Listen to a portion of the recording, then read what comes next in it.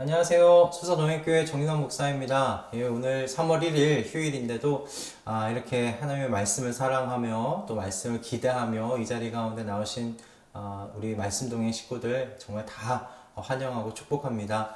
이 시간 우리 함께 하나님께서 오늘 우리에게 주신 준비해 놓으신 말씀을 읽는 자리, 듣는 자리 가운데 나아갈 터인데요. 우리가 부드러운 마음 달라고 우리의 심령 가운데 또 깨우쳐 주시는 은혜를 달라고 우리 기도함으로 하나님 앞에 나아갔으면 합니다. 기도하겠습니다.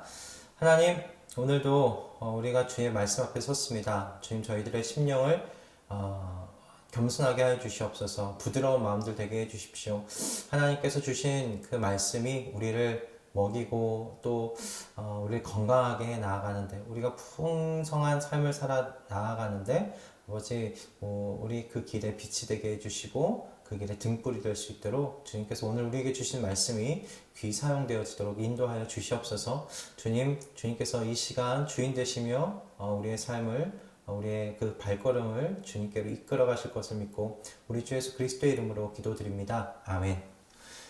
네, 오늘 우리에게 주시는 하나님의 말씀은요, 창세기 20장 1절에서 7절까지의 말씀입니다. 창세기 20장 1절에서 7절까지의 말씀입니다. 제가 봉독하도록 하겠습니다.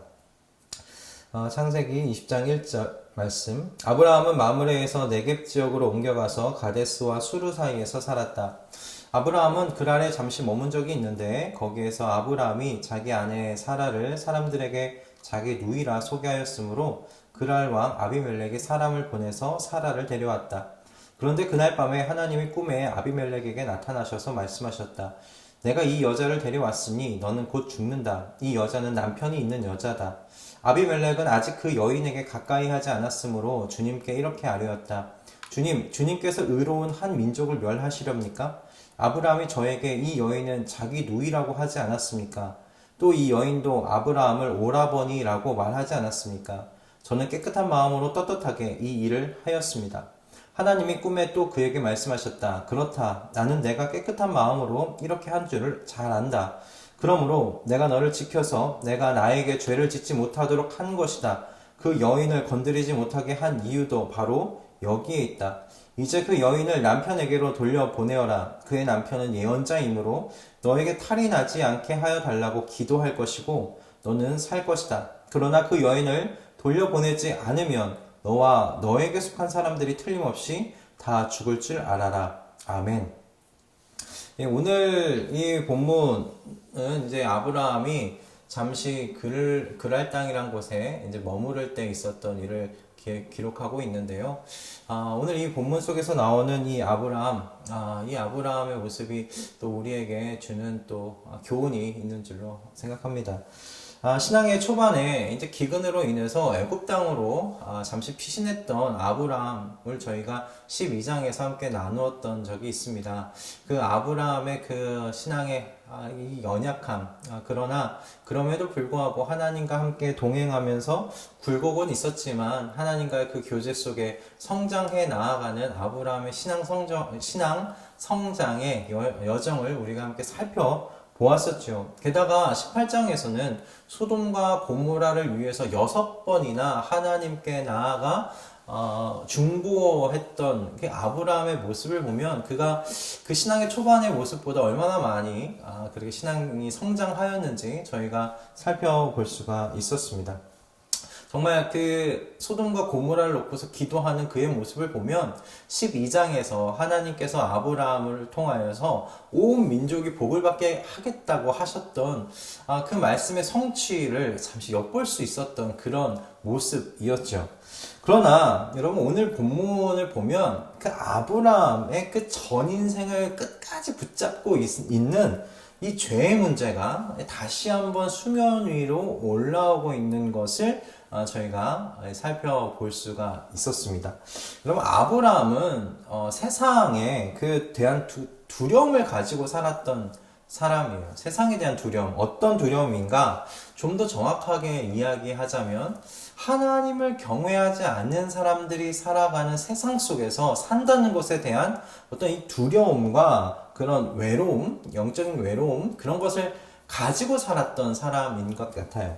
오늘 읽지는 않았지만요, 그 11절과 13절을 보면 이 아브라함이 하나님을 경외하지 않는 세상 속에서 살아간다는 것에 대한 어떤 두려움과 외로움이 좀 엿볼 수가 있는데요. 11절과 13절의 말씀입니다. 아브라함이 대답하였다. 이곳에서는 사람들이 아무도 하나님을 두려워하지 않으니까 나의 아내를 빼앗으려고 할 때에는 사람들이 나를 죽일 것이라고 생각하였습니다. 하나님이 나를 아버지 집에서 떠나서 여러 나라로 두루 다니게 하실 때 내가 아내에게 부탁한 말이 있습니다. 우리가 어느 곳으로 가든지 사람들이 나를 두고서 묻거든 그대는 나를 오라버니라고 하시오. 이것이 그대가 나에게 베풀 수 있는 은혜요 하고 11절과 13절에 이렇게 말한 바가 있다라는 것입니다.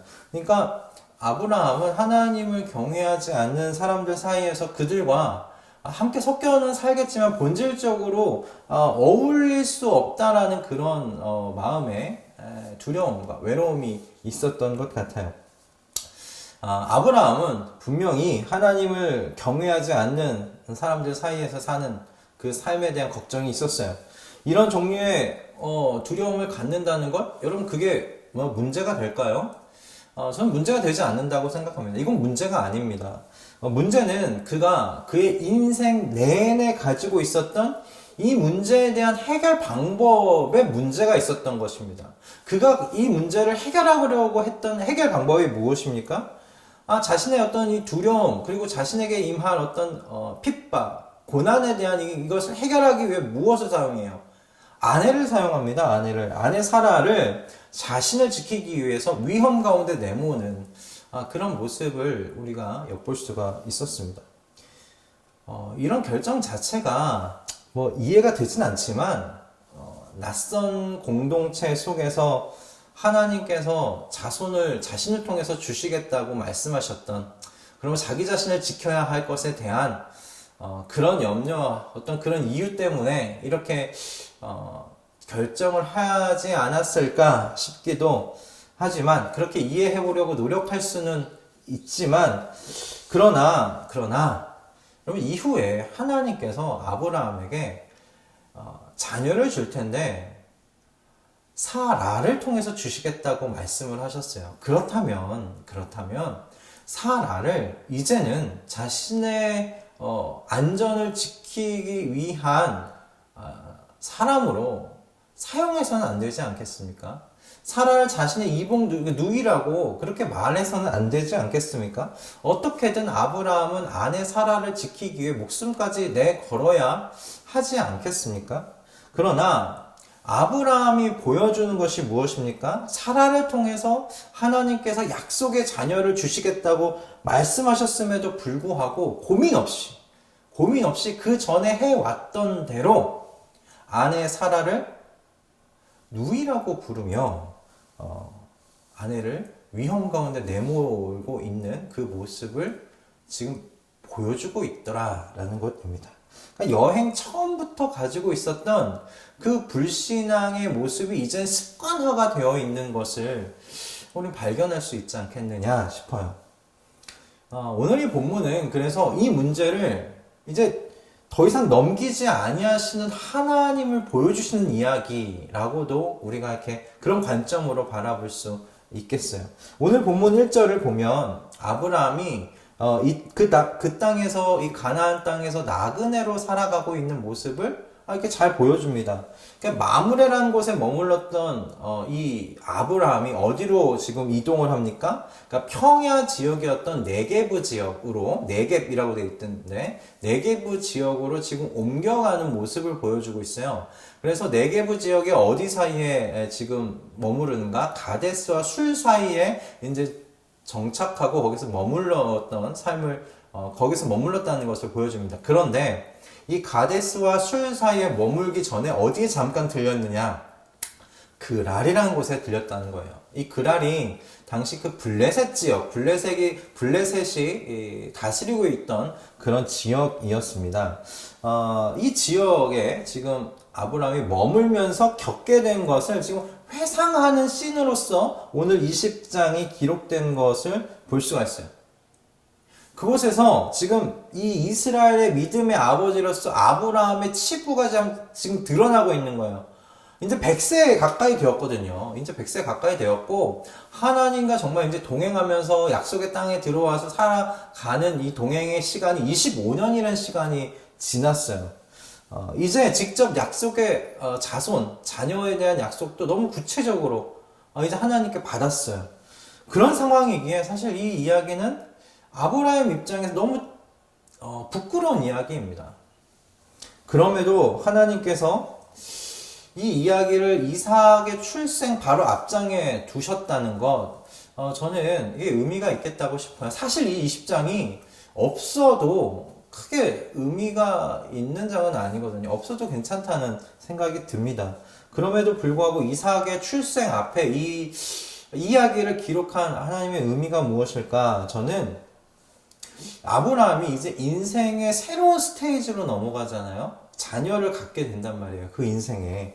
그런 새로운 스테이지로 나아가는 아브라함에게 있어서 이 뿌리 깊은 불신앙의 자세를 이제 다루셔야겠다. 이제 완전히 다루셔야겠다라는 하나님의 의지가 이렇게 필요되는 어떤 이야기의 내용이 아니겠는가 생각이 들었습니다.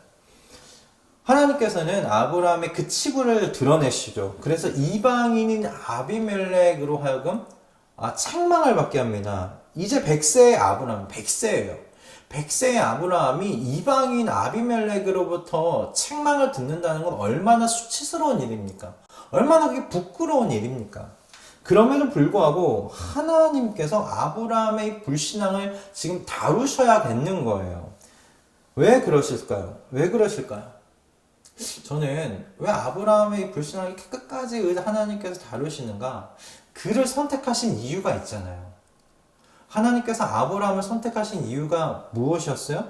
하나님께 순종하고 정말 옳고 바른 일을 행하는 그 삶을 자녀와 자손들에게 가르치는 그런 사람으로 하나님께서 아브라함을 선택하셨단 말이에요. 네, 아들 이삭이 자라면서 여러분 생각해 보세요. 아버지 아브라함이 어떤 위험이 올 것 같은 상황 속에서 어머니 사라를 그런 위험 가운데 내모는 모습을 보여준다고 한번 생각해 보세요. 약속을 주신 하나님을 굳게 신뢰하지 못하고 아직도 스스로 살아갈 다른 길을 그런 만드는 모습을 아들 이삭이 본다면 여러분 아들이 무엇이라고 생각할까요? 잘 가르칠 수 있을까요? 저는 아들 이삭이 그런 상황에서 아버지로부터 잘 가르침을 못 받을 것 같아요. 너무 다른 모습이잖아요. 하나님께 순종하고 옳고 바른 길을 선택하며 살도록 가르침을 받아야 되는데 그런 어머니를 위험 가운데 내모는 아버지의 모습을 볼 때마다 시험 받을 것 같아요. 우리 모두에게는 이 아브라함의 이 불신앙의 잔재들이 남아있어요. 정말 끝끝내 붙어도 잘 떨어지지 않는 이 불신앙의 잔재들 우리 다 가지고 있지 않습니까? 그 문제로 인해서 하나님 앞에서 아파하고 부끄러워하고 그렇게 힘들어하기도 하는데 문제는 우리가 그런 감정에 그렇게 감정을 느끼는 것으로만 멈춰서는 안 된다라는 것입니다. 하나님께서는 저와 여러분의 이 불신앙을 끝까지 붙잡고 싸우시는 하나님이세요. 다루시는 하나님이세요. 하나님 외에 다른 우물을 파는 것을 못 보시는 하나님이세요. 그 불신앙의 모습을 끝까지 부여잡으시고 끝까지 싸우시는 그리고 끝까지 해결하시는 그 하나님이시란 말이에요. 여러분 100세의 아브라함을 포기하지 않으셨어요. 100세의 아브라함과 이 일을 가지고 지금 다루시는 여러분 하나님의 열심을 한번 보십시오. 그 정도면 됐지 뭐. 이거 그냥 넘기고 살지 뭐. 라고 말씀하실 수도 있는데 100세의 아브라함을 지금 다루고 계세요.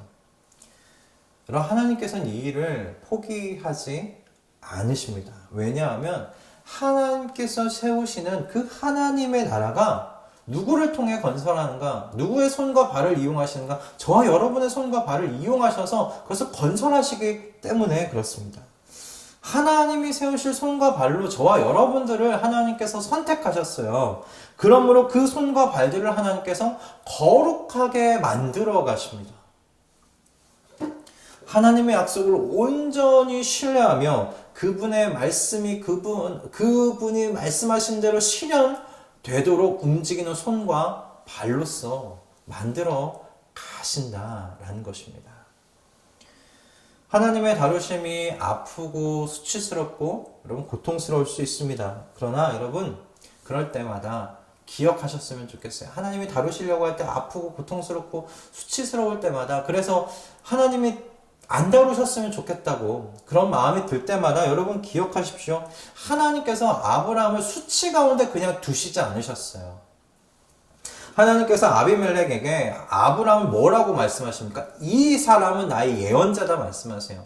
개역개정에는 선지자라고 이야기를 하고 있습니다. 아브라함이 당신의 예언자, 당신의 선지자라고 말씀하세요. 아브라함의 불신앙적인 모습을 다루시면서 여러분 동시에 어떻게 하고 계십니까? 아브라함에게 하신 말씀, 그로 말미암아 모든 민족이 복을 받게 하실 것이다 라는 그 약속을 지켜가고 계세요. 그렇게 지키심으로써 하나님께서는 아브라함을 영광되게 하고 계신다라는 것입니다. 그의 영광을 지켜주고 계세요. 아브라함의 그 불신앙의 모습을 다루시면서 그가 수치 가운데 잠시 머무를 수는 있겠지만 그 수치 가운데 계속 두지 않으신다는 거예요. 영광되게 하신다는 거예요. 어떻게요? 그를 나의 예언자, 나의 선지자라고 말씀하시며 그가 모든 민족의 복이 되게 하셨다는 그 하나님의 말씀을 성취하시면서 이 일을 이루어 가신다라는 겁니다. 여러분, 바로 이 하나님께서 저와 우리 말씀동행 식구 모든 분들이 믿고 있는 하나님이신 줄을 믿습니다. 아멘. 오늘 저와 여러분의 아직 남아있는 이 불신앙의 모습을 하나님께서 다루어 가실 겁니다. 하나님께서 우리의 불신앙의 모습을 다루실 때 여러분 두려워하지 마실 수 있기를 바랍니다.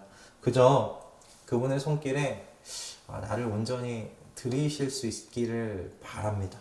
우리의 불신앙의 모습을 다루시는 하나님 아버지께서는 우리를 부끄럽게 하시기 위해서 다루시는 게 아니에요. 그걸 드러내시는 것이 아니에요. 잠시 부끄러워 봐야죠. 그게 수치스러운 걸 경험해야죠. 하지만 거기에 머무르게 하진 않으세요. 우리를 영광의 자리로 인도해 가시는 하나님이십니다.